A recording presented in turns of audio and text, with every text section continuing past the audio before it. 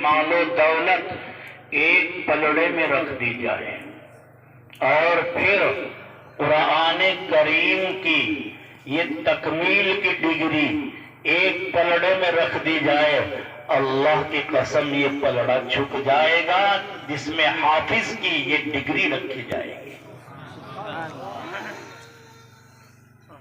میرے ایمانی بھائیو، آج آپ کے لیے یہ گھڑیاں، یہ لمحات، یہ اوقات اتنے نورانی ہیں، اتنے روحانی ہیں، اتنے عظیم الشان ہیں کہ اس وقت میں یہ در و دیوار، مدرسے کی در و دیوار، مدرسوں کے شجر حجر، مدرسوں کے ذرات، مدرسے کا پتا پتا آپ کو آگے بڑھ کر آپ کو معانقہ کرے اگر اللہ انہیں طاقت دے دے، آپ کو آگے بڑھ کر آپ کی پیشانیوں کو بوسہ دے میں، آپ کو بار بار معانقہ کرے، آپ کا آگے بڑھ کے یہ ساری کائنات استقبال کرے اگر اللہ انہیں اختیار اور طاقت دے دے۔ کیوں؟ آپ نے وہ کام کیا ہے، آپ نے وہ کام کیا ہے جس سے اللہ کی رحمتیں بارش کی طرح برستی ہیں، آپ نے وہ کام کرایا جس کی وجہ سے فرشتے آ کر ساری مجلسوں کو گھیر لیتے ہیں، اللہ کی رحمت برستی ہے۔ ایک مقام پہ اللہ کے نبی صلی اللہ علیہ وسلم نے فرمایا، کیا فرمایا؟ مجتمع فی قوم فی بیت من بیوت اللہ، مجتمع قوم فی بیت من بیوت اللہ، کہ کوئی قوم اللہ کے گھروں میں سے کسی گھر میں جمع نہیں ہوتی ہے، یہ اللہ کا گھر ہے، یہ اللہ کے نبی کا گھر ہے، جہاں قرآن پڑھا جاتا ہے، جہاں قرآن سکھایا جاتا ہے، جہاں قرآن سیکھ کر کے اس پہ عمل کی ترغیب دی جاتی ہے، جہاں اللہ کا قرآن پڑھا جاتا ہے، وہ اللہ کو پسندیدہ جگہ ہے۔ اللہ کے نبی نے فرمایا، مجتمع قوم فی بیت من بیوت اللہ یتلون کتاب اللہ، یتلون کتاب اللہ، کہ جہاں اللہ کی کتاب پڑھی جاتی ہے وہاں کوئی قوم جمع نہیں ہوتی الا نزلت علیہم السکینہ، الا نزلت علیہم السکینہ وغشیتہم الرحمہ وحفتہم الملائکہ، کہ وہاں اللہ کی طرف سے سکینہ نازل ہوتا ہے جہاں قرآن پڑھا جاتا ہے۔ اور میرے بھائیوں، جہاں قرآن پڑھا جاتا ہے وہاں اللہ کی رحمت برستی ہے۔ میں نہیں کہہ رہا، میں نہیں بتا رہا، کوئی مولوی نے نہیں لکھا، کسی فرقے کے عالم نے نہیں لکھا، بلکہ تاجدار مدینہ فخر دو عالم سید الاولین والآخرین نے فرمایا ہے کہ غشیتہم الرحمہ وحفتہم الملائکہ، کہ رحمت انہیں ڈھانپ لیتی ہے جہاں اللہ کا قرآن پڑھا جاتا ہے، اور وہاں ملائکہ انہیں گھیر لیتے ہیں جہاں اللہ کا قرآن پڑھا جاتا ہے۔ میرے بھائیوں، یہ اتنی بڑی مجلس ہے جس میں آپ بیٹھے ہیں، اور یہ طلبہ اگر اللہ زبان دے دے ان شجر حجر ذرات کو، یہ سارے ان کو بوسے دے میں کہ آپ نے دل میں قرآن کو محفوظ کیا ہے، آپ نے دل میں اللہ کے قرآن کو رکھا ہے، تو اللہ ان کے مقامات کو بلند کر دے۔ میرے بھائیوں، آج یقین سے آپ اس بات کو دل میں بٹھاؤ، دل میں اتارو، یقین کے ساتھ اتارو کہ اس وقت میں یہ طلبہ مبارکبادی کے لائق ہے جس کے لیے ہمارے پاس زبان نہیں ہے۔ یہ اساتذہ نظام، یہ محتممین حضرات، یہ اساتذہ مبارکبادی کے لائق ہے کہ انہوں نے رات کی نیند کو بگاڑا، انہوں نے رات کو قربانیاں دی، انہوں نے اپنے آرام کو قربان کیا، انہیں دماغوں پہ ٹینشن ڈالا، لیکن رات دن کی محنت سوچ وچار کر کے آپ کے بچوں پہ وہ محنت کی ہے کہ ان کے دل میں قرآن کو اللہ کی مدد سے اور اپنی محنت سے محفوظ کر دیا۔ جن طلبہ نے ناظرہ پڑھا اور پڑھایا استادوں نے، وہ بھی مبارکبادی کے مستحق، جنہوں نے حفظ کیا اور حفظ کرایا، اور پھر حفظ کرانے کے بعد میں پھر انہوں نے عالمیت میں قدم رکھا، قرآن کی تفسیر، اللہ کا مطلب، اللہ کی مراد، قرآن کے معنی کو سیکھنے کے لیے انہوں نے عالمیت کی کلاس میں قدم رکھا، وہ بھی مبارکباد ہیں۔ کیوں میرے بھائیوں؟ ناظرہ پڑھنے والا، حفظ کرنے والا اور اس کی تفسیر کو سننے سنانے والا، سیکھنے والا، سکھانے والا، ان کی مدد کرنے والے، اللہ کی قسم یہ سارا مجمع، یہ ساری جماعت اللہ کی فوج ہے جو قرآن کی حفاظت میں لگی ہوئی ہے۔ یہ سب اللہ کی فوج ہیں، آپ بھی اللہ کی فوج ہیں، جو پڑھ رہے پڑھا رہے وہ بھی اللہ کی فوج ہے، اور جو ان پڑھنے پڑھانے والوں کے لیے اسباب مہیا کرتے ہیں، جو روپیہ دیتے ہیں، جو پیسہ دیتے ہیں، جو اپنی گاڑی کمائی کو رات دن کما کر اپنے بچوں کے خرچوں کو مختصر کر کے، اپنی ضروریات کو مختصر کر کے ان مدرسوں میں اپنی گاڑی کمائی دیتے ہیں، وہ بھی اللہ کی فوج میں شامل ہیں۔ اللہ نے فرمایا اِنَّا نَحْنُ نَزَّلْنَا الذِّكْرَ اِنَّا نَحْنُ نَزَّلْنَا الذِّكْرَ، اور آگے وَإِنَّا لَهُ لَحَافِظُونَ۔ کیا کہا؟ جمع کا صیغہ لائے، کیوں لائے؟ یہ علماء سمجھ گئے، یہ حضرات جانتے ہیں کہ جمع کا صیغہ تو جمع کے لیے لایا جاتا ہے، اللہ تو ایک ہے، اللہ تو اکیلے ہیں، پھر اللہ نے لحافظون جمع کیوں ذکر کیا ہے میرے بھائیوں؟ یہ بات کی طرف علماء کرام نے، محدثین نے، مفسرین نے اشارہ کیا اور بتایا کہ اس سے اشارہ کیا ہے اللہ نے اس بات کی طرف کہ اے لوگوں سنو، قرآن تو میں نے اکیلے نے نازل کیا ہے، لیکن حفاظت کا ذریعہ ایک جماعت کے ساتھ میں کیا جائے گا۔ وہ جماعت کون سی ہے؟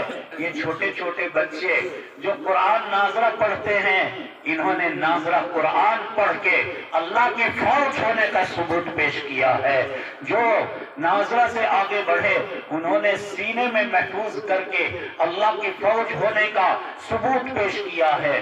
جنہوں نے قرات پڑھ کے بہترین مخارج سے قرآن سیکھا انہوں نے بھی اللہ کی فوج ہونے کا ثبوت پیش کیا، اور جنہوں نے میرے بھائیوں اس کے معنی سیکھے ہیں، معنی سیکھنے والوں نے بھی اللہ کے قرآن کی حفاظت کی فوج ہونے کا ثبوت پیش کیا، کیونکہ قرآن صرف الفاظ کا نام نہیں ہے، قرآن صرف لفظوں کے ساتھ قرآن پڑھنے ہی کا نام نہیں ہے، قرآن الفاظ کا بھی نام ہے، قرآن معنی کا بھی نام ہے، قرآن مسائل سلوک کا بھی نام ہے۔ اسی لیے فرمایا ناظرہ پڑھنے والا، حفظ کرنے والا، تفسیر پڑھنے پڑھانے والا اور خانقاہوں میں بیٹھ کر کے اللہ کے نیک بندوں کے دلوں کی اصلاح کرنے والا، یہ سارے اس کے اندر شامل ہیں۔ کیوں؟ اللہ کے لاڈلے پیغمبر، بات تو سمجھ رہے ہیں نا؟ تھوڑا میں تیز بول جاتا ہوں، ماشاء اللہ۔ میں نے اس لیے سوچا کہ حضرت محتمم صاحب خود آپ کی زبان کے ہو کے اردو بول رہے تھے تو مجھے ہمت آ گئی کہ لگتا ہے سمجھتے ہیں آپ لوگ۔ تو میرے ایمانی بھائیوں، اللہ کے لاڈلے پیغمبر صلی اللہ علیہ وسلم کو کیا ذمہ داری دے کر بھیجا گیا؟ ربنا وابعث فیہم رسولا منہم یتلو علیہم آیاتک، آپ ان پر لفظوں کو بھی پڑھو گے، ویعلمہم الکتاب والحکمت، آپ اس کے معنی بھی لوگوں کو سمجھاؤ گے۔ نبی کی ذمہ داری قرآن کے الفاظ پڑھنا بھی تھی، وہ سکھانا بھی تھی، اور نبی کی ذمہ داری اس کے معنی بتانا بھی تھی۔ جو یہ عربی ششم میں جو بچے ابھی 5 کھڑے تھے، انہوں نے اس ذمہ داری کو پورا کیا۔ ان کے استاد نے جلالین انہیں پڑھائی، جلالین میں معنی سمجھائے، اللہ کی مراد سمجھائی، یہ آیت کیوں آئی، یہ آیت کب آئی، اس کے شان نزول کیا ہے۔ یہ اساتذہ اعظام اللہ کے نبی کی جو ایک ذمہ داری ہے اس کو پورا کر رہے ہیں۔ اور آگے اللہ نے فرمایا وَيُزَكِّيهِمْ وَيُزَكِّيهِمْ، اور وہ نبی تمہارے دلوں کا تزکیہ کریں گے، تمہارے دلوں میں سے جو کدورتیں ہیں، جو برائیاں ہیں، جو کفر چھپا پڑا ہے، جو گندگیاں بھری پڑی ہیں، یہ نبی تمہارے دلوں میں سے اس کو بھی نکالیں گے۔ تو پتہ لگا کہ قرآن اس سب کو مل ملا کر کے قرآن اس کا نام ہے۔ ٹھیک ہے، عالم پڑھاتا ہے، بچے پڑھتے ہیں، مدرسے کا محتمم نگرانی کرتا ہے۔ بھائیوں، آپ بھی محروم نہیں ہو، بلکہ آپ بھی اس میں شامل ہو۔ کیسے شامل ہو آپ؟ دوسری روایت اٹھائیے، اللہ کے نبی نے فرمایا کن عالما او متعلما او معلما او محبا ولا تکن الخامس فقد تہلک۔ فرماتے ہیں اے لوگو، یا تو عالم بنو، یعنی مسئلہ مسائل کو سیکھو، سیکھ کر کے عالم بنو، اور نبی کی شریعت کے مطابق زندگی گزارو۔ عالم بنو، مطابق قرآن کے چلو، اور اگر عالم نہیں بن سکے تو متعلم بنو، یعنی پوچھ پوچھ کر کے قدم اٹھاؤ۔ ہر جگہ پہ نماز کا مسئلہ ہے، عالم سے پوچھو۔ وضو کیسے سنت طریقے پر ہوگا؟ متعلم کا مطلب پوچھنے والا، سیکھنے والا۔ بھائیوں، سیکھو اور سیکھو، سیکھ کر کے چلو۔ نماز کا مسئلہ آئے، روزوں کا مسئلہ آئے، حج کا مسئلہ آئے، زکوٰۃ کا مسئلہ آئے، آپس میں میراث کا مسئلہ آئے، حقوق العباد کا مسئلہ آئے، حقوق اللہ کا مسئلہ آئے، بھائی کا بہن پہ کیا حق ہے، یا بہن کا بھائی پہ کیا حق ہے، باپ کا ماں پہ کیا حق ہے، ماں کا باپ پہ کیا حق ہے، اولاد کا ماں باپ پہ کیا حق ہے، اور ماں باپ کا اولاد پہ کیا ہے۔ بھائیوں، یہ ساری چیزیں ہیں جو شریعت کہلاتی ہیں۔ اگر نہیں جانتے، نبی نے فرمایا کن متعلما، سیکھ کے چل، پوچھ کے چل۔ قرآن نے بھی کہا فَاسْأَلُوا أَهْلَ الذِّكْرِ، فَاسْأَلُوا أَهْلَ الذِّكْرِ۔ ٹھیک ہے، یہ 2 باتیں فرمائی، کن عالما او متعلما او معلما، اور فرمایا اگر یہ نہیں بن سکے آپ میرے بھائیوں، اگر نہ عالم بن سکے ہو، نہ معلم و متعلم بن سکے، اب نبی نے آخر میں فرمایا کہ محباً اس جماعت کے ساتھ محبت کرنے والے بن جاؤ۔ اگر آپ محبت کرنے والے بن گئے تو سمجھ لو آپ بھی اس جماعت کے ساتھ میں شریک ہو گئے۔ خیر میرے بھائیوں، اللہ کا شکر ادا کرو، اللہ کے سامنے رو، 2 رکعت نماز نفل پڑھو جا کے۔ وہ والدین خاص طور سے اللہ کے سامنے 2 رکعت نماز نفل شکرانے کے پڑھو، اور یہ کہو اللہ اس غریب کے گھر میں، اس غریب کی جھولی میں، اللہ اس غریب کے بچے کے دل میں تو نے قرآن اتار دیا ہے۔ مولا میں کہاں اس لائق تھا؟ یہ وہی تو قرآن ہے کہ جو نبی کے دل پہ اترا، جو نبی کے دل پہ اترا، جو ابو بکر کے دل پہ اترا، جو عمر فاروق کے دل پہ اترا، جو دل میں اترا، ان کے یہی تو وہ قرآن ہے۔ آج وہ قرآن جس کے بارے میں میرے آقا صلی اللہ علیہ وسلم کیا فرماتے ہیں میرے بھائیوں، قرآن کی ثقالت، قرآن کا بھاری پن، قرآن کا مقام، قرآن کی عظمت اللہ خود بیان فرماتا ہے۔ ان ھذا القرآن یہدی للتی ہی اقوم، قرآن کہتا ہے، اللہ فرما رہے ہیں کہ یہی تو ایک کتاب ایسی ہے یہی ایک کتاب ایسی ہے یہدی للتی ہی اقوم، جو بڑے مضبوط طریقوں کی طرف رہنمائی کرتی ہے، جن پہ چل کے کوئی آدمی محروم نہیں رہ سکتا، جس پہ چل کے کوئی بے مراد نہیں ہو سکتا، جو اس پہ چلا وہ منزل تک پہنچا۔ اور میرے آپ کے خالق و مالک نے خود کیا فرمایا، الف لام میم ذالک الکتاب لا ریب فیہ۔ اللہ، ایسی کتاب، ارے بھائی غریب آدمی، ارے بھائی 1400 1450 سال دور چلنے والے حضور کے زمانے سے آج تیری قسمت کا ستارہ کتنا بڑا چمکا ہے، تو سمجھتا بھی ہے اپنے کو کہ میں کون ہوں۔ آج آپ ایک حافظ قرآن کے باپ بن گئے ہیں، ایک ولی قرآن کے، آپ ولی کے باپ بن گئے ہیں، ولی کے باپ ہیں۔ کیسے؟ اس وقت میں حضرت علامہ آلوسی بغدادی صاحب روح المعانی، یہ علماء جانتے ہیں، ایک بہت بڑے مفسر گزرے ہیں بھائیوں، ان کو مشہور نام ہے علامہ آلوسی بغدادی، روح المعانی ایک انہوں نے تفسیر لکھی ہے۔ فرماتے ہیں کہ جب میں اس آیت کی تفسیر پہ پہنچا، اِنَّا نَحْنُ نَزَّلْنَا الذِّكْرَ وَإِنَّا لَهُ لَحَافِظُونَ، جب اس تفسیر پہ میں پہنچا تو میرے دل کے اندر ایک دم ایک شک آیا، اشکال آیا۔ کیا؟ اللہ آپ فرما رہے ہیں یہ قرآن ہم نے نازل کیا اور ہم ہی اس کی حفاظت کریں گے۔ سوال آیا، میرے اللہ اس کی حفاظت کہاں ہوگی؟ حفاظت تو کریں گے آپ، یہ حفاظت کہاں ہوگی؟ یہ حفاظت یہاں دنیا میں ہوگی یا آسمانوں پہ ہوگی؟ اور اے اللہ حفاظت کا طریقہ کیا ہوگا، کیسے ہوگی؟ سمجھ رہے بات؟ سوال آیا، اللہ اس کی حفاظت کہاں ہوگی اور کیسے ہوگی؟ میرے بھائیوں فرماتے ہیں سوال دل میں آیا، سر جھکا کے بیٹھ گیا، میرے اللہ نے الہام کیا مجھے، میرے اللہ نے مجھے الہام کیا۔ کیا الہام کیا؟ یہ الہام کیا کہ اے صاحب روح المعانی، اے آلوسی بغدادی، سن لے، دل میں اللہ نے بات ڈالی کہ اس قرآن کی حفاظت یہاں دنیا میں ہوگی، اور سن کیسے ہوگی؟ ہم اس کی حفاظت کریں گے، اے فی قلوب اولیائنا، اے فی قلوب اولیائنا۔ میرے بھائیو یہ ولی ہیں، صاحب روح المعانی نے لکھا کہ اللہ نے میرے دل میں بات ڈالی، میں اپنے اولیاء کے دلوں میں اسے محفوظ کروں گا۔ تو یہی تو وہ اولیاء ہیں جو چھوٹے چھوٹے بچے ہیں، تو آج جن کے بچے حافظ قرآن بنے ہیں، میرے بھائیوں اس سے بڑھ کر اب کون ہو سکتا ہے؟ اس کا مقام کتنا بڑا اللہ نے بنایا کہ وہ آج ایک حافظ قرآن کا باپ بن گیا ہے، ایک ولی کا باپ بن گیا ہے۔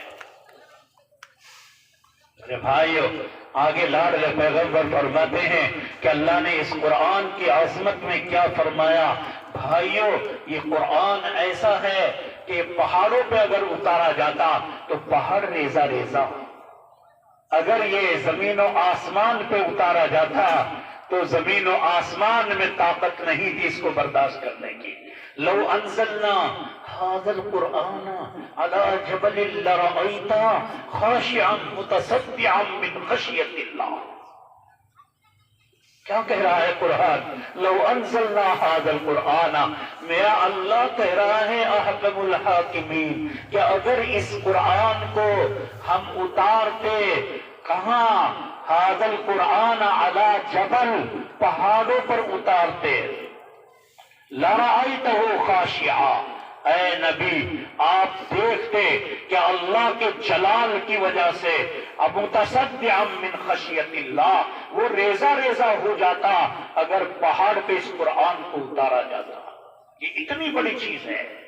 اور کہیں فرمایا إِنَّا عَرَضْنَا الْأَمَانَةَ عَلَى السَّمَاوَاتِ وَالْأَرْضِ وَالْجِبَالِ فأبينا أن يحملنها وأشفقن منها وحملها الإنسان، کہ اگر جب ہم نے چاہا کہ اس کو زمین و آسمان پہ اتاریں، فأبینا، انکار کر دیا، طاقت نہیں ہے، لیکن قربان جاؤں میرے آقا کہ تیرے دل پہ اترا، اور اس قرآن کی جو بہت طاقت تھی وہ میرے نبی نے دل میں اپنے جذب کر لی، اور جذب کر کے امت کے بچوں کو یاد کرنا آسان ہو گیا۔ اس سے بڑا کوئی کمال کی چیز نہیں، اس سے بڑا کوئی دنیا میں، اس سے بڑا کوئی عہدہ نہیں، اس سے بڑی کوئی ڈگری نہیں، اس سے بڑی کوئی چیز نہیں، یہ اللہ کی ذات سے نکلا ہوا ہے۔ اللہ کے لاڈلے پیغمبر نے فرمایا ان ھذا القرآن خرج، بے شک کہ یہ قرآن اللہ کی ذات سے نکلا ہے۔ تبرک بالقرآن فإنہ کلام اللہ وخرج من، تبرک بالقرآن، کہ اے بھائی قرآن کو اپنے دل میں بسا، قرآن کو گھر میں رکھ، قرآن پہ عمل کر، قرآن کو دیکھ، قرآن کو سینے سے لگا، قرآن کو صبح اٹھ کے چوم، قرآن کو دیکھ لے تو بھی تیری زندگی کے دن اچھے گزر جائیں گے۔ کیوں؟ فرمایا برکت حاصل کرنی ہے تو قرآن سے کر، فإنہ کلام اللہ وخرج من، یہ اللہ کا کلام ہے، اللہ کی ذات سے نکل کے آیا ہے۔ اور میرے اللہ نے خود فرمایا ہے قرآن میں، کیا فرما رہے ہیں؟ ھذا کتاب انزلناہ مبارک فاتبعوہ، اللہ کہہ رہے ھذا کتاب، او بھائیو، او انسانو، ھذا کتاب، یہ ایک کتاب ہے جو کہ اللہ کے اندر سے نکل کے آئی، اللہ کا کلام ہے، اس سے تم برکت حاصل کرو، یہ مبارک کلام ہے۔ میرے بھائیو، یہ علماء جانتے ہیں، آپ کے لیے بتا رہا ہوں، یہ تو جانتے ہیں، میں جو بات کر رہا ان کے لیے نہیں، آپ کے لیے کر رہا ہوں۔ جب رسول پاک صلی اللہ علیہ وسلم پر قرآن نہیں آیا تھا تو بہت سے شعراء نے کہاں؟ مکہ المکرمہ میں اللہ کے گھر کے اندر 7 بڑے بڑے شاعروں نے لکھ کر کے اپنا کلام، شعر و شاعری بہت اعلیٰ قسم کی وہ کرتے تھے، وہ فصیح تھے، وہ بلیغ تھے، وہ صاحب زبان تھے، انہوں نے اشعار لکھے۔ ایک آدمی نے لکھا بیت اللہ میں جا کے ٹنگایا، دوسرے نے لکھا بیت اللہ میں جا کے ٹنگایا، تیسرے نے لکھا اس نے بھی ٹنگایا۔ 7 آدمیوں نے بہترین اعلیٰ قسم کے اشعار جو اس زمانے میں اعلیٰ سے اعلیٰ لکھے جا سکتے تھے وہ لکھے اور جا کر کے بیت اللہ میں ٹنگا دیے، اور یہ اعلان کیا پوری دنیا کو، گویا کہ یہ بتانا چاہا کہ اس سے اچھا کوئی کلام نہیں لکھ سکتا ہے۔ ہم نے اس کے کلام کی برکت کی وجہ سے اسے بیت اللہ کے اندر ٹکا دیا، اور اسی لیے انہیں کو کہا گیا سبع معلقہ۔ جو سبع معلقہ ہے وہ یہی ہے میرے بھائیو۔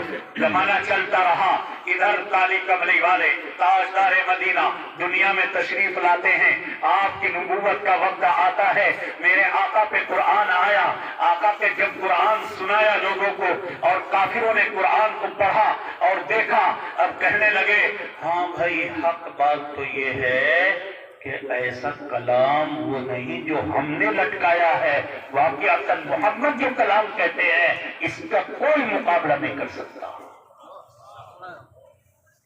بھائیو، ایک دن کافروں نے دیکھا، جا کے کہا کہ فلاں آدمی کے شعروں سے اچھا یہ کلام ہے، اس کا اتارا۔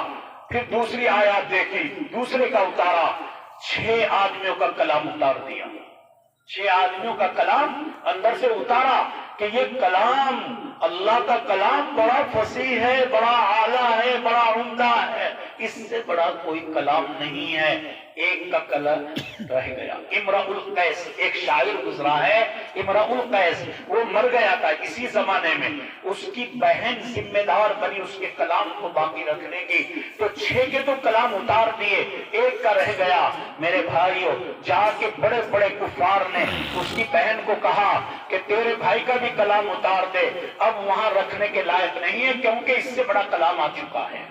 مانتے ہیں یا نہیں مانتے ہیں وہ بات جانے دو، لیکن وہ اندر گھر میں بیٹھ کے یہ کہا کرتے تھے کہ اس سے بڑا فصاحت والا کلام کوئی نہیں ہے۔ یہ وہ کلام تمہارے ان بچوں کے دل میں اللہ نے اتارا ہے۔ میرے بھائیو، پھر کیا ہوا؟ اس بہن کے پاس گئے، اس نے کہا نہیں نہیں، میرے بھائی کے اشعار تو امرؤ القیس کے اشعار ایسے ہیں کہ ان کا مقابلہ نہیں کر سکتا ہے یہ کلام۔ ٹھیک ہے، جانے دو۔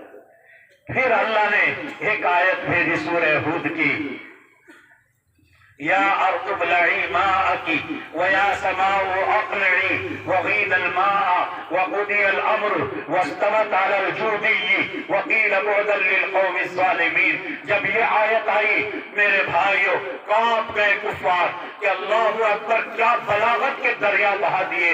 اس کے اندر علامہ طنطاوی رحمت اللہ علیہ ایک مفسر گزرے ہیں، انہوں نے اس کے اندر فصاحت کے کتنے اسلوب ہیں، کتنے بلاغت کے اسلوب ہیں۔ ایک آیت میں، اس آیت میں الفاظ 19 ہیں اور 21 اسلوب اس میں بلاغت کے بیان کیے گئے ہیں۔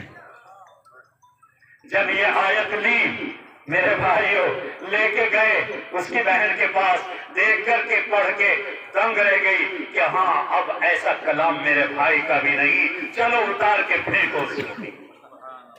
یہ وہ قرآن میرے اللہ نے ان میرے پیارے بچوں کو دیا ہے اور ان اساتذہ کی محنتوں سے دیا ہے۔ میرے بھائیوں، پھر کیا ہوا؟ ان لوگوں نے، کفار مکہ نے، ایک بہت بڑے کافر فصیح بلیغ کو پکڑا اور یہ کہا دیکھ بھائی، اس قرآن کا جواب لانا ہے، اس آیت کا جواب تجھے بنا کے لانا ہے تاکہ ہماری ناک رہ جاوے، ہماری عزت رہ جاوے۔ بھائی اس نے کہا کہ ہاں بنا دوں گا، کوئی بات نہیں، اس کا جواب تو میں لے کے آؤں گا، 1 سال کا ٹائم چاہیے مجھے۔ ایک آیت کا جواب لکھنے کے لیے 1 سال کا ٹائم، قرآن کا جواب۔ 1 سال تک یہ آدمی اپنے گھر میں رہا، باہر ضرورت شدیدہ کے بغیر نہیں نکلتا ہے، بس بیٹھا ہے۔ سارے بازاروں میں شور، ارے وہ کہاں گیا؟ ساری مجلسوں میں شور، ارے وہ کہاں گیا؟ بھائی وہ تو ایک بہت بڑے کام میں بیٹھا ہوا ہے۔ بھائیو، 1 سال گزرا، 1 سال گزرنے کے بعد میں وہ لکھ کے لاتا ہے اور اب سوچتا ہے کہ میں نے اپنا کام کر دیا، اب میں نے ایسے کلام بنا دیا ہے کہ قیل یا ارض ابلعی کا جواب بنے گا اور ہماری عزت رہے گی۔ بھائیو، وہ اپنے غار میں سے، اپنے گھر میں سے نکل کے باہر نکلا، چلا، فری مین ہو کے، ٹینشن سے فری کہ آج کام پورا ہو گیا۔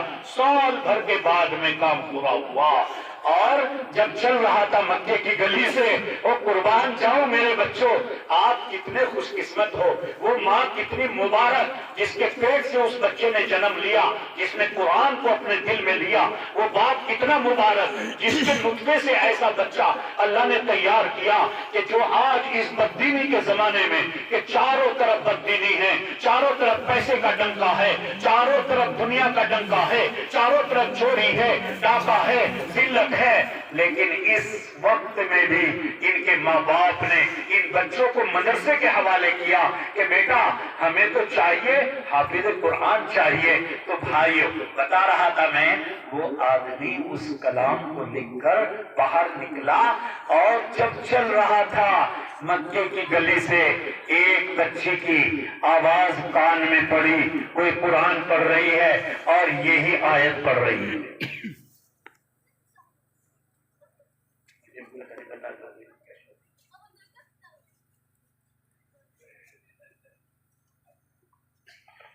تو میرے بھائیوں، بات کر رہا تھا میں کہ وہ آدمی گزرا اور ایک چھوٹی سی بچی اپنے گھر میں بیٹھ کر یہ آیت پڑھ رہی، وَقِيلَ يَا أَرْضُ ابْلَعِي مَاءَكِ وَيَا سَمَاءُ أَقْلِعِي وَغِيضَ الْمَاءُ، یہ آیت پڑھ رہی۔ وہ کھڑا ہو گیا، کان لگا کے سننے لگا کہ کیا پڑھتی ہے، یہ آیت پہلے سے بتائی نہیں گئی تھی۔ تو یہ جب اس نے آیت سنی میرے بھائیو، وہیں سے واپس لوٹا اور گھر میں جا کے وہ سارا کلام جو 1 سال میں لکھا تھا پھاڑ کے پھینک دیا۔ اگر وہ ایک آیت میں جو بلاغت کے سمندر ہیں، اس کا مقابلہ میرا کلام کہاں کر سکتا ہے؟ اور وہیں کھڑے کھڑے کہا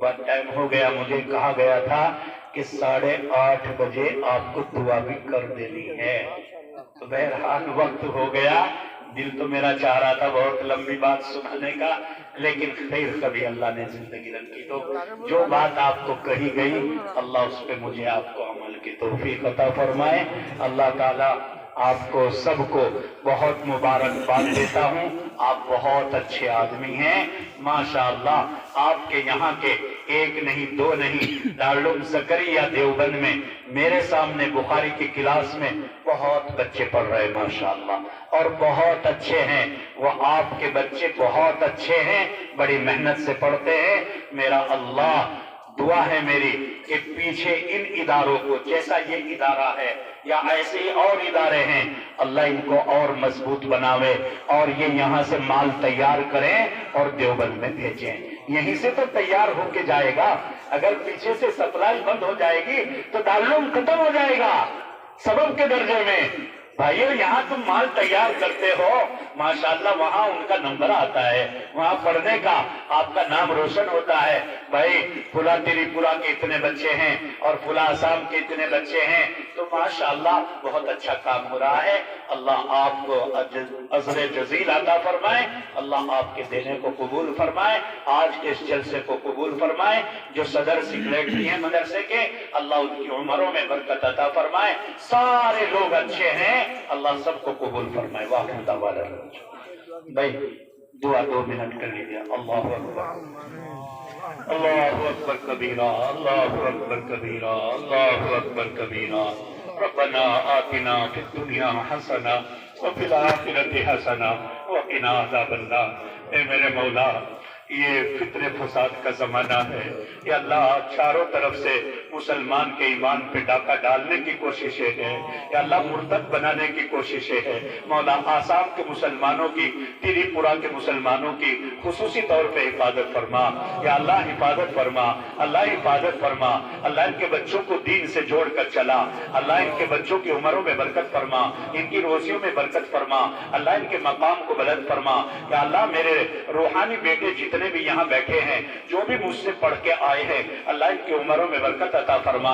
اللہ مفتی محمد علی کو خصوصی طور پر یا اللہ ان کے عزائم معظمہ میں خوب برکت عطا فرما، یا اللہ ان کے ارادوں کو برکت عطا فرما، ان کے ارادوں میں خوب برکت عطا فرما، قبول فرما۔ اے میرے مولا، جنہوں نے بھی دعا کے لیے کہا ہے یا اللہ ان کے جائز مقاصد کو پورا فرما۔ مولا جس مقصد سے دیوبند سے میں یہاں تک آیا ہوں، یا اللہ اس مقصد میں کامیابی عطا فرما، یا اللہ ان مدارس کی حفاظت فرما، یا اللہ غلط نظر رکھنے والوں کی غلط نظر سے ان کی حفاظت فرما۔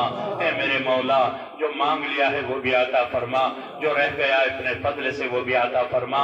یا اللہ اس مجمع میں کوئی بیمار ہوگا، کوئی مقروض ہوگا، کوئی درد پیڑ کا بیمار ہوگا، یا اللہ ہر طریقے سے شفا عطا فرما، یا اللہ ہر طرح سے شفا عطا فرما۔ ربنا آتنا فی الدنیا حسنہ وفی الآخرۃ حسنہ وقنا عذاب النار۔ صلی اللہ تعالی علی خیر خلقہ محمد وآلہ وصحبہ اجمعین برحمتہ۔ السلام علیکم۔